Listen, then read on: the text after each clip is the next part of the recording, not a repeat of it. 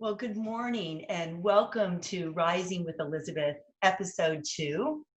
So, this class will teach you how to bake a spectacular 100% whole wheat sourdough loaf using Honore's flours. And the two flours that I like to use, and I developed this recipe for, are Sonora, which is a soft white wheat, and I love it for its rich, buttery flavor. And then I also use a hard red wheat. So it's a 50-50 blend. You can use the red fife or you can use the new baker's blend.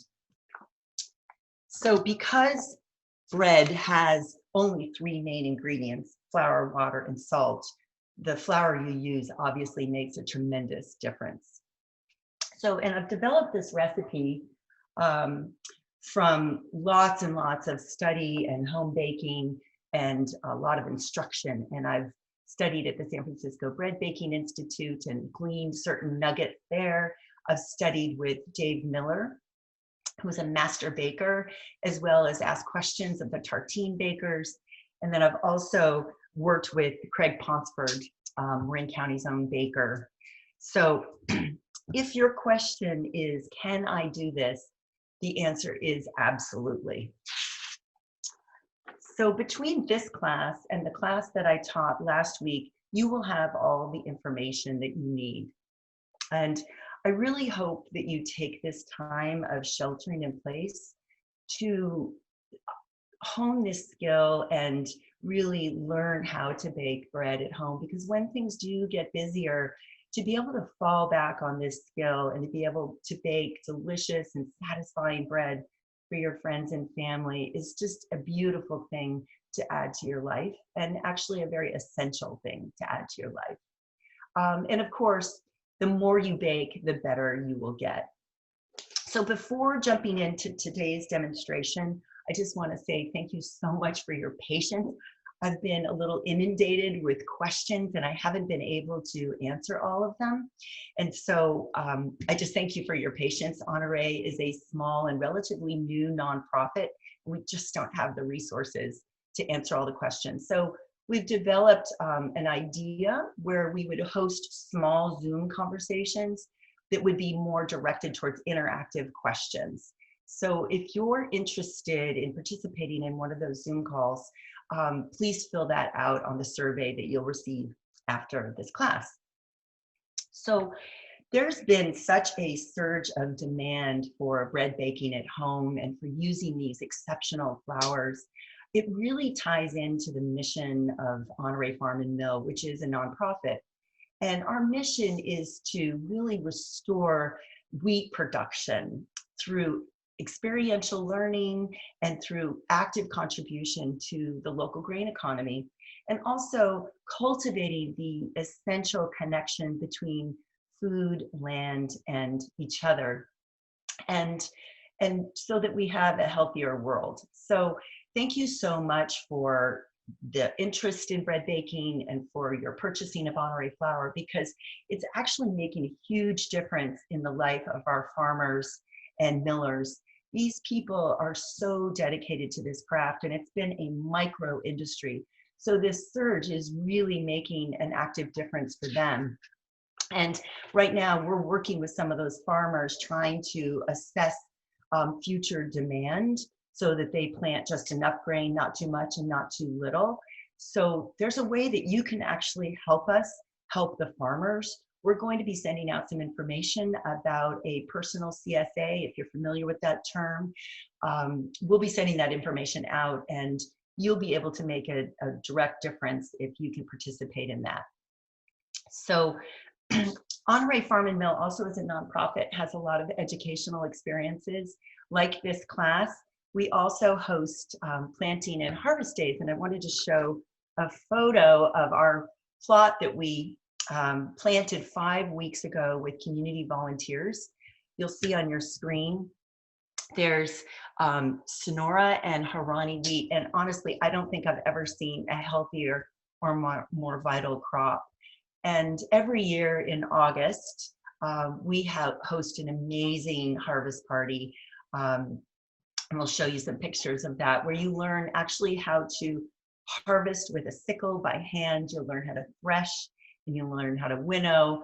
And then after we bring in all this beautiful grain, we sit down to an extraordinary lunch, a long farm table with local foods and wine, and we just have an incredible time. And we have honorary sourdough bread and cookies. So I hope you'll look for notifications on that, either on our website or in the emails.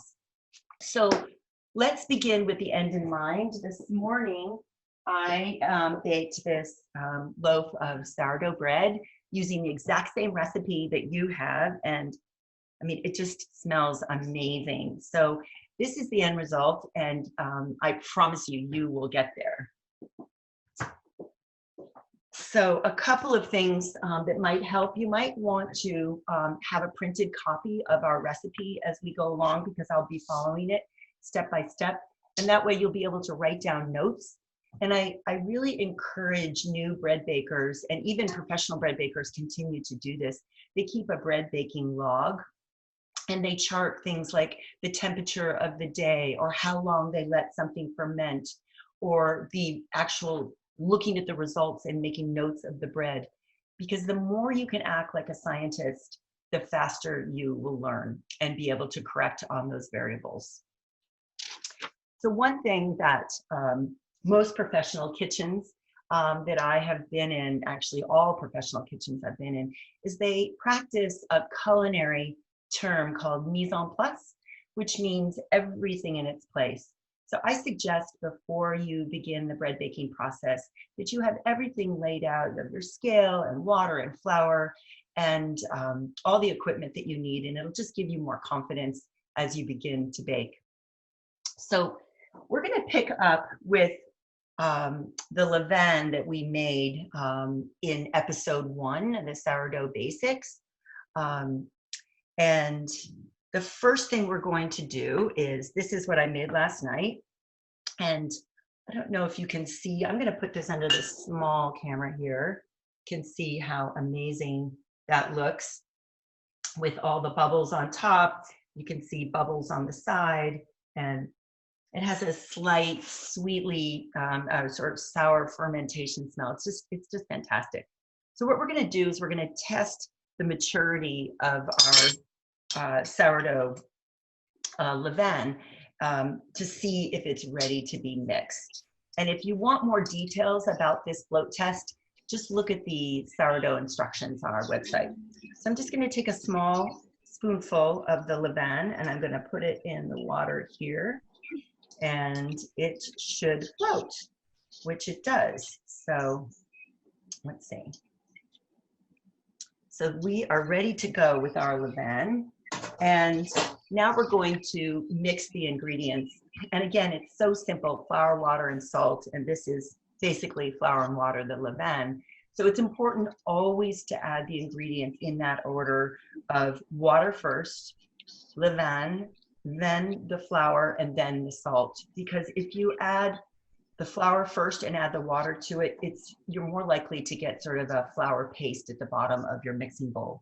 So I'm going to take my mixing bowl from the stand mixer, and I'm going to take my scale, and let's see if you can see it on the small go. Great. Okay, you're going to set it to the gram setting. And you're going to put your mixing bowl on the scale, and you're going to tare it. And now I'm making enough dough for 2 loaves of bread. So I'm going to add 1,012 grams of water. That's almost. And again, with bread baking, you really want to have exact measurements.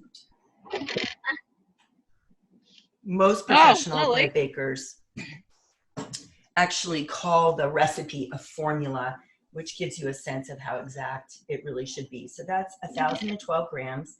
Next, you're going to tare your scale. And we're going to add our levain, and we're going to add 240 grams of levain.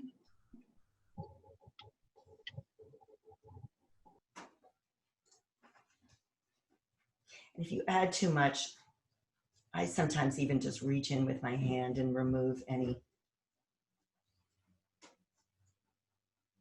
There we go.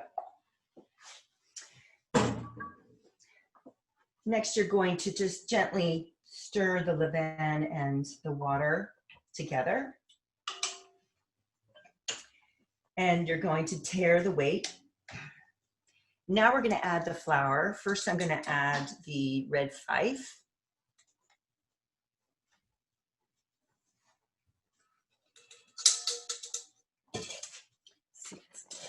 Almost 580 grams. I'm going to add a little bit more.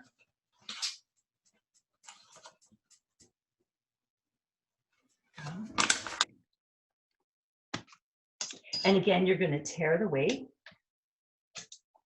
And now we're going to add our Sonora flour, which is a much paler. Not sure if you can see that, the difference in color of the flour on this camera, but it's incredible, the variation in flours and the flavor and the baking characteristics that they all impart. Okay, so that's a little bit over, and that just take a little out. There we go. Okay. So now we've added our water, our levain, and our flour, and next we're going to add our salt. And I like to make a little well on the top. So I'm going to this a little bit over. Go. That way, I'm going to pour the salt in there, and then if I add too much, I can easily take some out. I use a flake salt because I think the flavor is superior to regular table salt, and it's also easier to remove the salt if you don't have.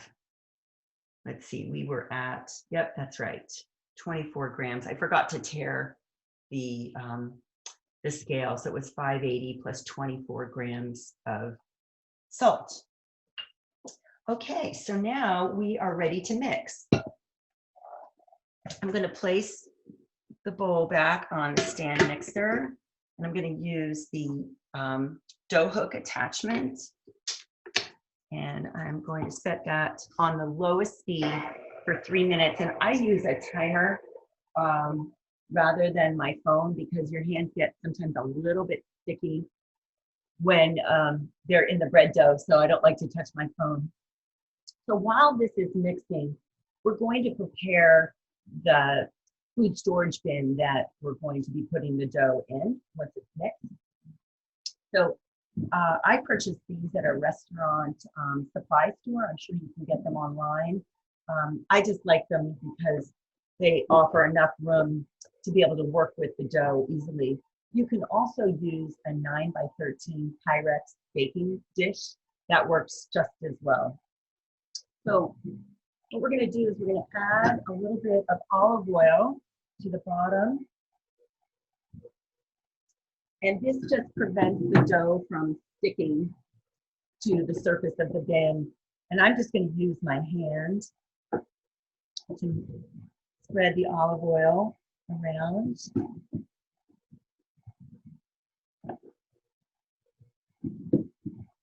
Get the sides.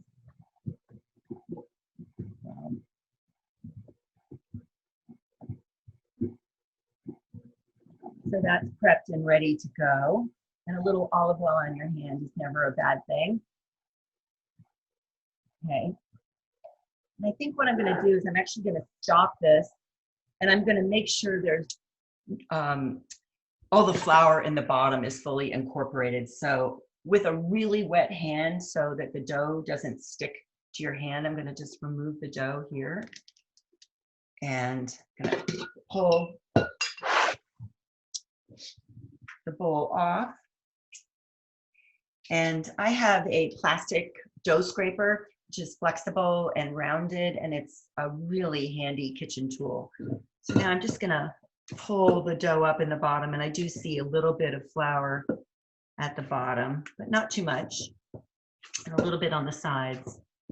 So there we go. Put that back on and let that continue to mix. just a minute more. What's incredible about these flours is that it's almost like the less you do to the flour, the better the bread. It's so alive and so wants to burst forth and to perform for you. It really does not take a lot of work. So there's lots of different steps to bread baking, but there's really only a few minutes of hands-on time stretched out over a long period of time. So the rest of the time is really just waiting. I'm going to turn that off. And again, I'm going to get my hands really wet and get my dough scraper. Take the dough off the dough hook.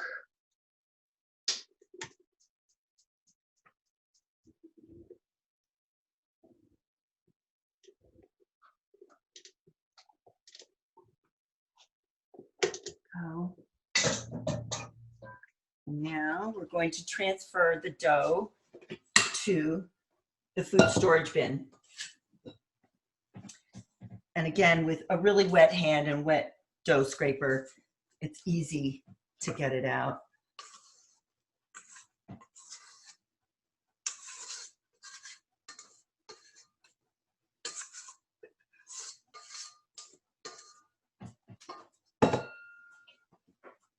And there we go. So you'll see this, the dough, it's relaxing in the bin and it's just going to kind of spread out because it hasn't developed a tremendous amount of strength yet. So what we're going to do is we're going to cover this and it rests for 30 minutes. And this commences the bulk fermentation stage of bread baking. So that's what's happening now, the bulk fermentation. So I'm going to go ahead and set this aside.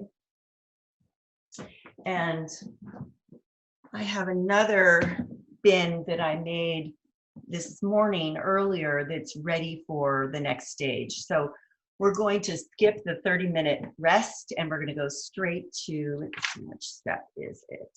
The stretch and fold step. So step number 4. So this is a technique that helps build the structure and strength of your dough. And it replaces kneading. So this is a no-knead bread. And you're going to be impressed by how incredibly simple this is. So stretch and fold, and some of the students in my class call this bread yoga. So again, with really wet hands. Let's see, can you see this well? I think so. Okay, so you're going to pull up on, so maybe I can tip this slightly so you can see it a little better. There we go. So I'm going to draw up, I'm going to get my hands wet again. Draw up on the side, one side of the dough, pull it up and drape it over the top. So that's stretching it up without tearing and draping it over, folding it over. Okay, and I'm going to do that to the next side. I'm going to pull it up, grasp it with both hands, stretch it, and fold it over. We're going to do that a third time, grasping it with both hands, pulling it up, and draping it over. And now a fourth time, pulling it up without tearing and draping it over.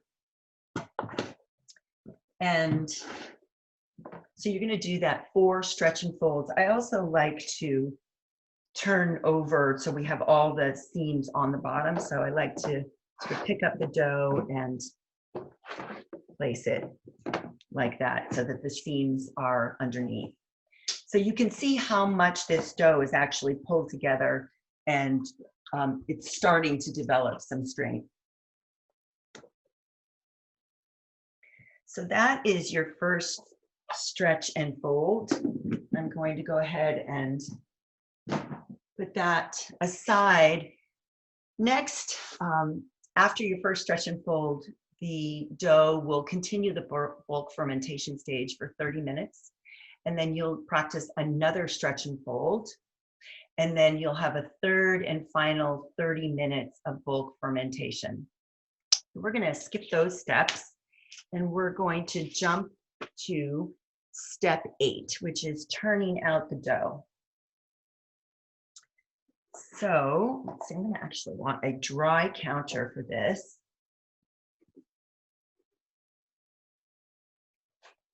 And you're gonna need some dusting flour, and I like to use our Sonora dusting flour because you actually get a considerable amount of flour in the dough and it gets incorporated. And I'm just incredibly sensitive to modern flours, but I have no problem with these old heirloom varieties that are organically farmed. So I also have some dough here that we started even earlier today. Let's see, is that? Nope. There we go.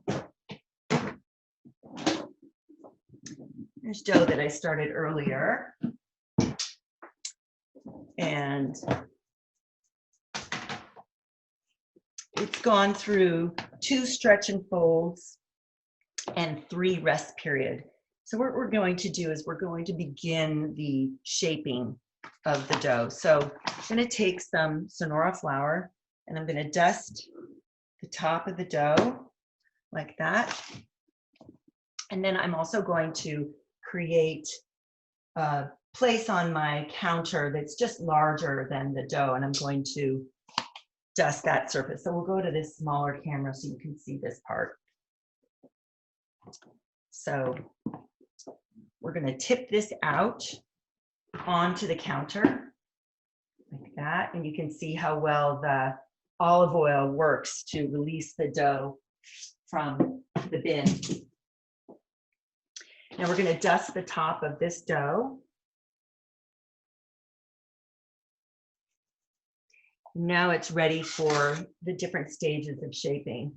So what I'm going to do is I'm going to have pretty floured hands, and this is what's called a bench knife, and I really like it for this part because you can divide the dough, because remember we made enough dough for 2 loaves.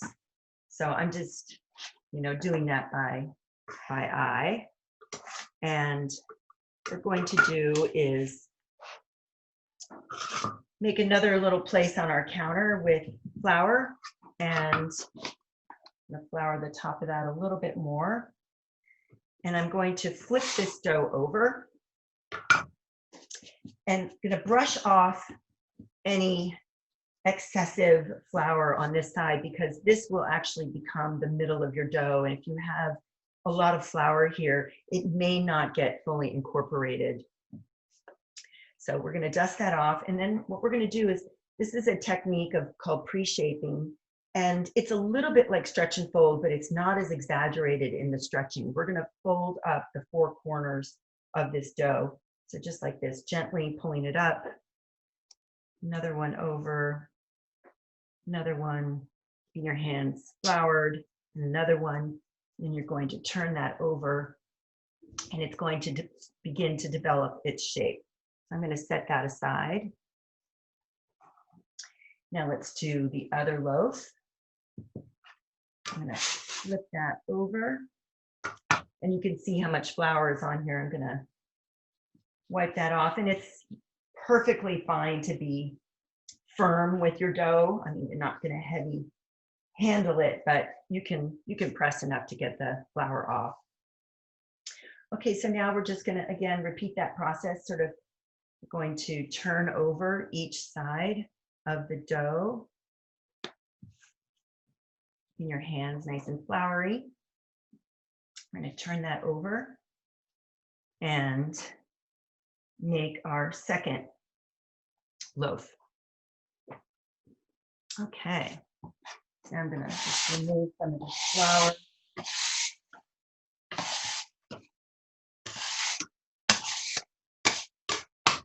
Okay, so this is called the bench rest. So that's a 10-minute period where the dough begins to take its shape in that boule shape.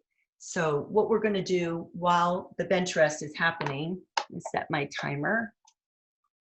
I'm going to prepare our proofing baskets. So these are 2 proofing baskets I have.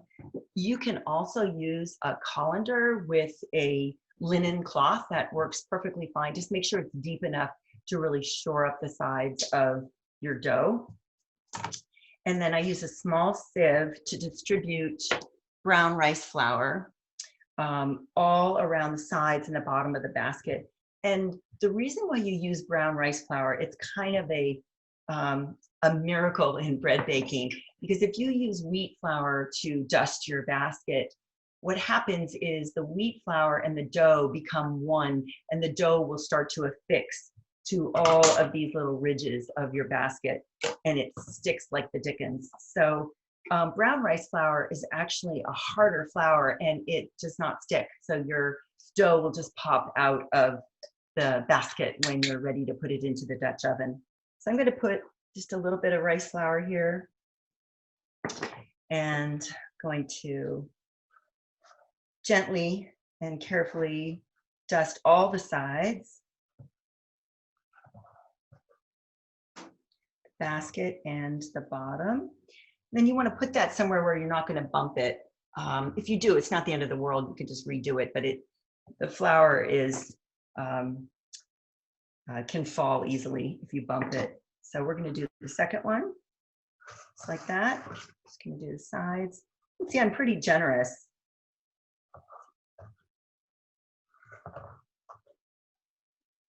Go. Get the bottom. We go. So now we have both of our proofing baskets prepped and ready to go. And another technique that I learned actually from Dave Miller to further reduce any sticking of your bread in the proofing basket is to take a 50-50 mix of whole wheat flour and the brown rice flour. So this is a 50-50 mix. And I just keep reusing this again and again every single time I bake. And I keep this in my fridge labeled. And I'm just gonna dump this in what's called the dusting bowl. And gonna shore up the sides so that when I put my dough in here, the dough will be covered by all of the flour. So you're kind of making a nice little nest for your dough. So I'm gonna leave that there. I'm gonna just take a minute also to describe with the proofing basket. Here's something that's important. There's a relationship between the proofing basket and your Dutch oven. What we're going to be doing, and you'll see this, is we're going to be putting the dough in the proofing basket, and then after it goes through its final proof, we're going to be tipping the dough into the Dutch oven. So if you have an oval basket and a round Dutch oven, it just makes it harder to get the dough into the Dutch oven. So ideally, you have proofing baskets that are just a smidge smaller than your Dutch oven and also the same shape. Okay, so in an interest of demonstration, I am going to turn off our timer. We've gone only about 4 minutes of our bench rest, and I'm going to go ahead and do our final shape. But at home, I recommend you wait 10 minutes. So for the final shape of your dough, again, you're going to want to have pretty floured hands. So you're going to want to have a little pile of flour here, and I'm going to place a little bit on the counter, and I'm going to lift up our pre-shaped dough and turn it over again as we did before. And we're going to repeat that same process, removing any flour, and then going to pick up the dough from each corner and fold it over all 4 sides. You can see it's really building in some shape now. And now I'm going to flip that over. And next I'm going to remove the flour from the counter, because this next technique is actually probably one of the hardest ones to master, but you will get it. And even if you don't at first, your bread will still turn out. So what we're trying to do is we're trying to stretch the surface membrane of the dough. So the way to do that, I really like this metal bench knife for that. in case the dough is a little bit sticky. You're going to put it away from you, and you're going to draw it towards you, pressing down with the bench knife. And as I do that, I can see the membrane start to stretch. Now I'm going to rotate it because we're going for a round shape. And I'm going to do that again. And not having flour on your counter is important so that it doesn't slip across the counter. You want a little bit of tension. So we're going to do that a few times more. I'm really liking how it's shaping. You can see it's nice and round. If your hand starts to stick, just put a little flour on it. And now we're going to take our dusting bowl, and we're going to quickly lift up the dough and place it in the dusting bowl. So there you have the dough, and you have it seam side up. So next you're going to just take your hands, and I rotate the bowl around so that the brown rice flour and the wheat flour sticks to all the sides of the dough. And then you're going to take your proofing basket. And when you choose a dusting bowl, it's great if it's just large enough for the dough, but you can get your hands inside. So next, I'm going to pick the dough up on the sides, and I'm going to shake loose any remaining flour that's not affixed to the side, and I'm going to gently put that in the proofing basket. So that's ready to go and ready to be proofed. So let's do the second one. So again, we're just going to make a little bit of a place for the dough to be turned out on. We're going to flip it over, remove any flour on the top, and then again, we're going to just pinch the different sides up and over, up and over. I'm not pressing very hard, just getting the shape. And then I'm going to turn that over. It feels really good. And I think that's one of the amazing things about bread baking is it really gets you, once you learn the steps, it really gets you out of your head, and just the feeling of this dough in your hands, it really just feels so alive in the sense of smell. It's an incredible experience. So I'm going to remove the flour here so that I can stretch the surface membrane and as taut as I can. So again, I'm pressing down and drawing it across the counter. I'm going to flip it sideways and move it back. And again, down. So it grips the counter a little bit, back. And down. I'm going to do this a few times. You can see, I can see, I don't know if you can see it, the membrane is starting to get nice and taut. What we want to see. Okay, so that looks like it's ready for our dusting flour. I'm going to pick this up fairly quickly. The flour on my hands, and I'm using the bench knife to go over, put that in the bowl. And again, I'm going to flour the sides of the dough. And we're going to take our second proofing basket and place my hands inside the bowl underneath and shake off the excess flour and place the dough like that in the proofing basket. So here are both of our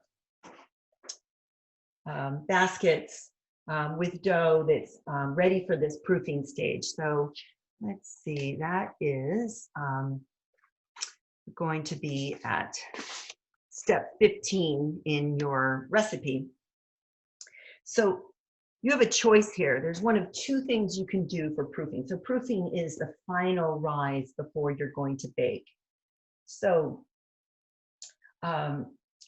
what we can do here is we'll do one at a time. One is going to be proofed out on the counter, and one is going to be proofed in the refrigerator, which we call retarding.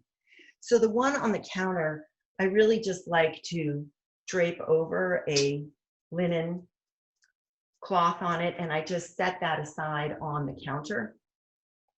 And oh, back up at this counter. So I'm going to set this aside on the counter, and that's going to proof for an hour and a half. Now, the warmer the day, the faster the proof, and the cooler the day, the slower the proof. The warmth just activates the fermentation process and makes it go faster. So I recommend setting your timer for an hour and a half, letting it proof, go ahead and bake it, and then make notes on what the crumb, the inside of the bread looked like, how did it taste, what was the density, how was the crust, and just make notes, and then you can adjust your proofing time accordingly. So that's proofing out on the counter for an hour and a half. The other way that we can proof bread is in the refrigerator, and this is called retarding. So retarding the bread means to slow down or delay the growth of the fermentation. And this is actually the method that I use most often, and I use it for 3 reasons. First, it just gives the baker a lot of flexibility about when you want to bake. You can pull the bread out at any time and bake it. So I've left mine in the refrigerator for a night. Usually I retard overnight, but you can also retard 1, 2, even 3 nights in your fridge. If you forget about it, you can pull it out and still bake it, and it'll be fantastic. However, the longer it ferments, the more sour it becomes, because the lactobacillus in the sourdough actually consume the sugars. So it will become less sweet and a little more sour, but it's also so delicious like that. So it's easier to bake that way. I think the retarding in the refrigerator, but it also improves the sort of depth and complexity of the flavors if you ferment it slower and over a long period of time. And lastly, again, the lactobacillus and the yeast in the sourdough are degrading and pre-digesting the gluten in the flour. So the longer you let it ferment, the more the gluten is really pre-digested, and it makes a really digestible, delicious loaf. So those are the 3 reasons why I retard bread. So I actually have some bread in the refrigerator that I mixed last night, and I covered it with the cloth and put it in the fridge. And so here's what it looks like. You can see the difference between this one that we just worked with. It's much smaller and hasn't really done its final rise, and you can see this one. So I think it looks really fantastic. So this one is ready to be baked, and to do this, you're going to get a couple of things in place. Let's see. Here we go. I'm preparing myself to get the Dutch oven out of the oven. So regardless of whether you are proofing on the counter or you're proofing and retarding in the refrigerator, the bake is the same. So, and you need to plan for this. So 1 hour before you're going to bake your dough, you're going to turn on your oven and put your Dutch oven inside with the lid on and turn it on to 500, so that after 1 hour, your oven has really come up to a consistent heat, and your Dutch oven is going to be blazing hot. And that heat will actually help sear the edge of the bread and give it that great crust. So if you're proofing on the counter, you're going to wait a half an hour and then turn on your oven and wait the other hour, so you have the hour and a half time, so that the oven is ready by the time your dough is done proofing on the counter. If you're retarding the refrigerator, I leave this just as I did in the refrigerator until I'm ready to bake. So now I'm going to take out our Dutch oven.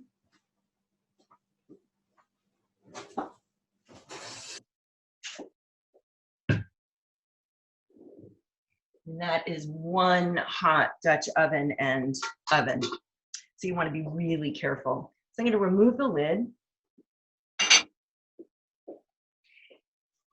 And I like to just sort of roll the dough around a little bit to make sure it's releasing from the sides, which it is.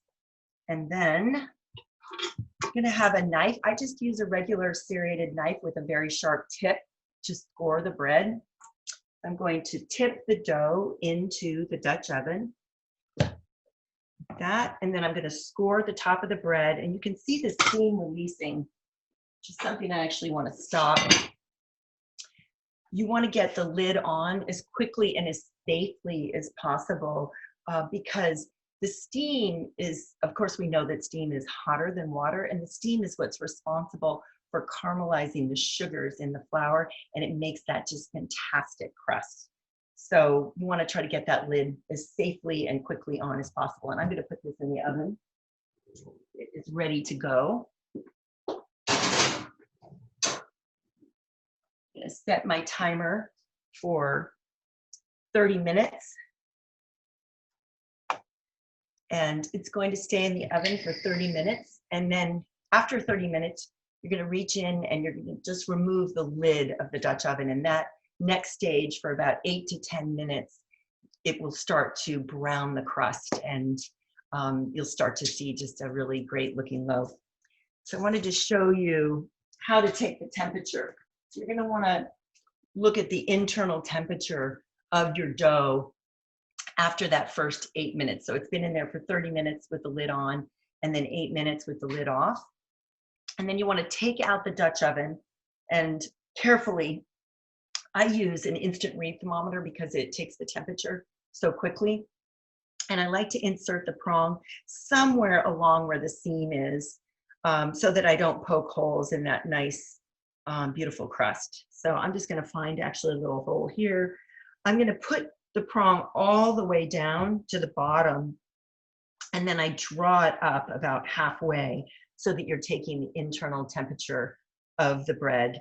And this one is still 138 degrees inside, even though it came out of the oven a while ago.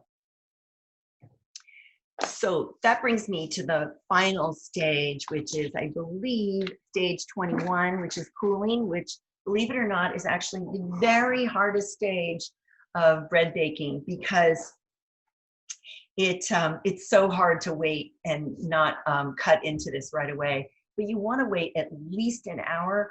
4 hours is best. You'll be amazed. You come over and you put your hands on this, and this is still actually very warm, even though it came out of the oven over an hour ago. So by resisting the temptation to cut into the dough while it's still warm, what's happening is the flavors are actually melding together, and you're keeping all the moisture in the bread. Because if you cut the bread and you see steam rise, that's moisture being released from the bread, and it'll just become more stale over the next couple of days. And I just want to say another word about storing your bread. I store my bread in a linen bag. It's a bread bag out on my counter. You should never store this bread in plastic because it will begin to mold. You could also use a heavy brown paper bag. That works just as well. And then also never store your bread in the refrigerator. There's the temperature of the refrigerator actually sucks out the moisture of any bread, and it will become more stale more quickly if you keep bread in the fridge. So I think it's last 10 to 15 minutes right now. So I think what I'm going to do is, we've gone through this whole stage of bread baking. I just want to point out a resource that I created. So on the back of your recipe, there's a sample timing, because what we did is we went through many different stages that take a longer period of time and compress those into about 45 minutes. So if you need sort of just to really look at your whole timing, there's a step-by-step time frame, sample time frame here for a resource.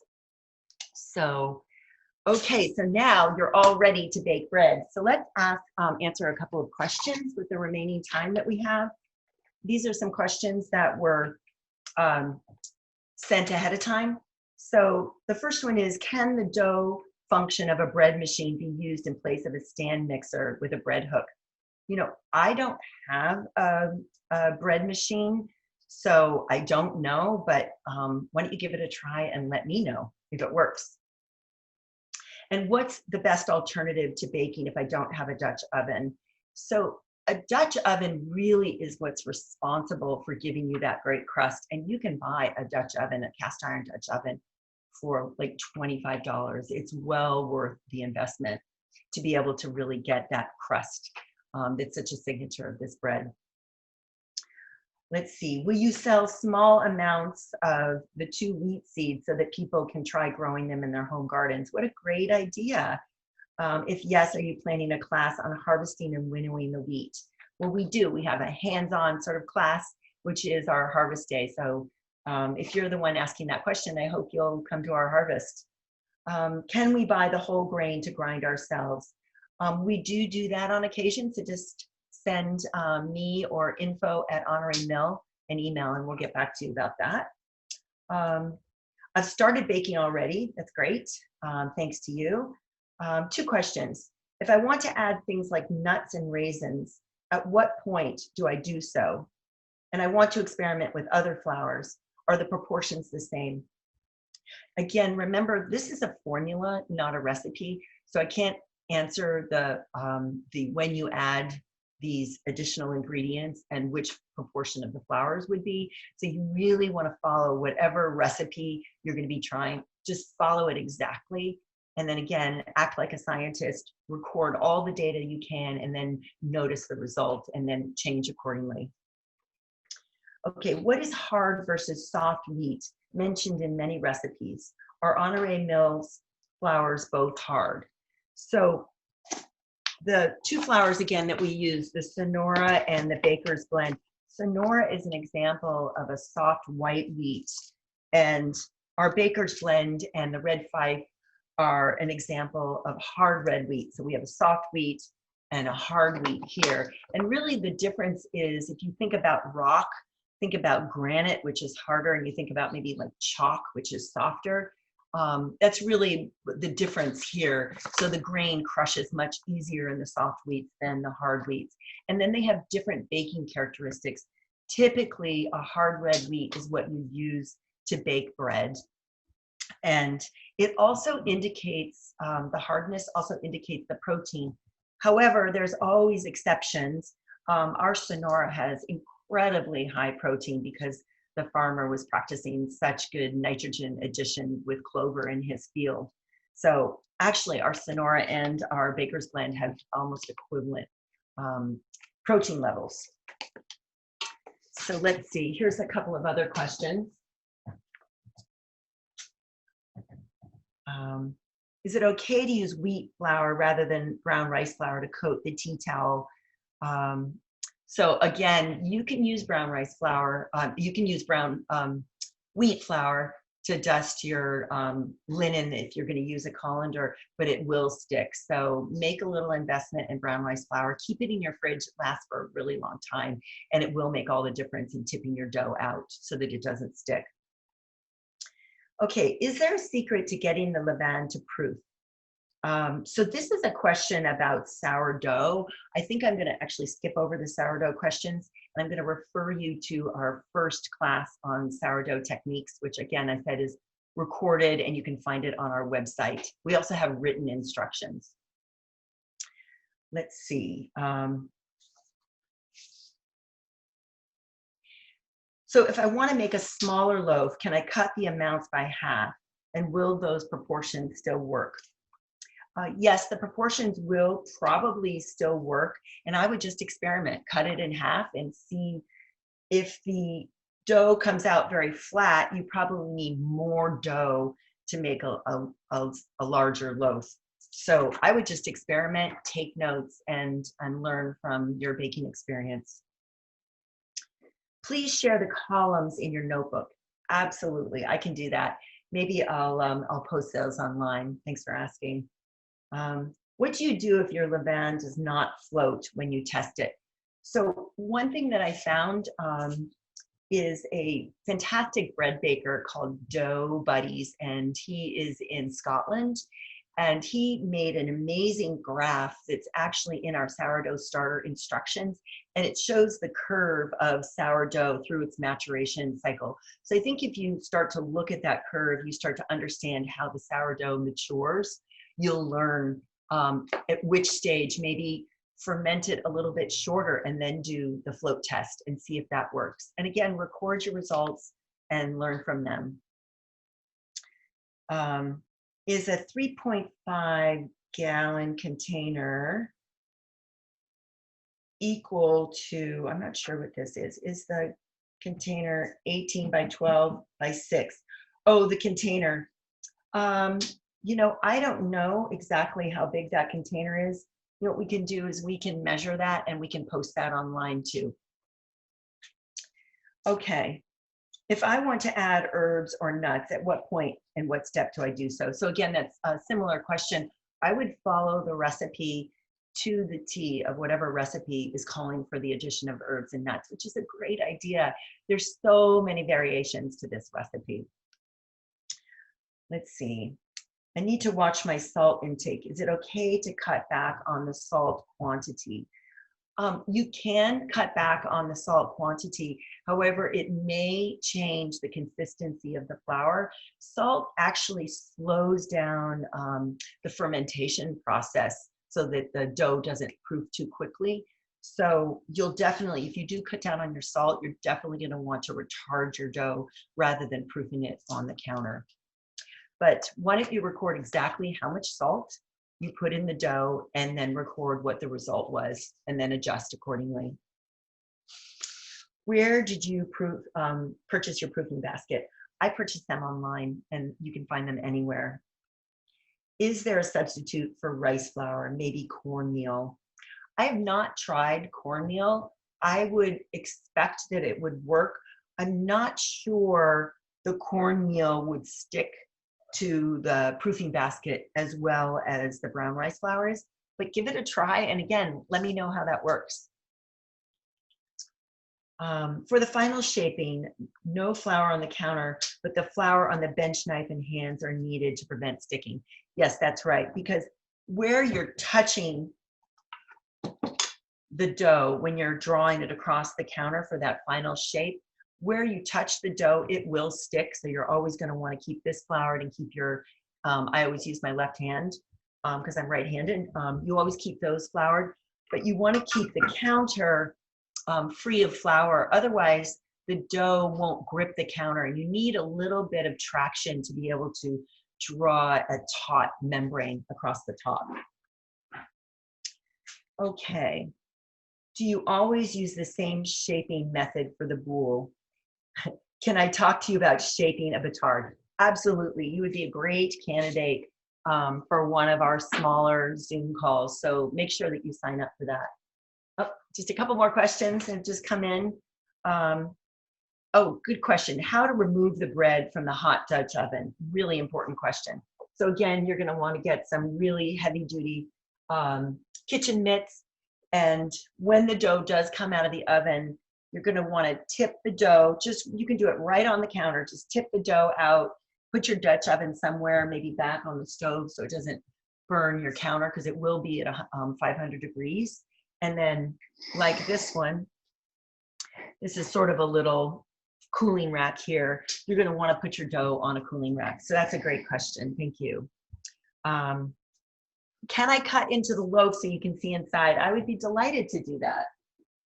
So here is a great breadboard that actually came from Italy, and I love it because the crumbs go inside and you can collect the crumbs and then you can use the crumbs for dishes that call for breadcrumbs. So there's actually a way that professional bakers cut their bread. I'm going to cut it right down the seam.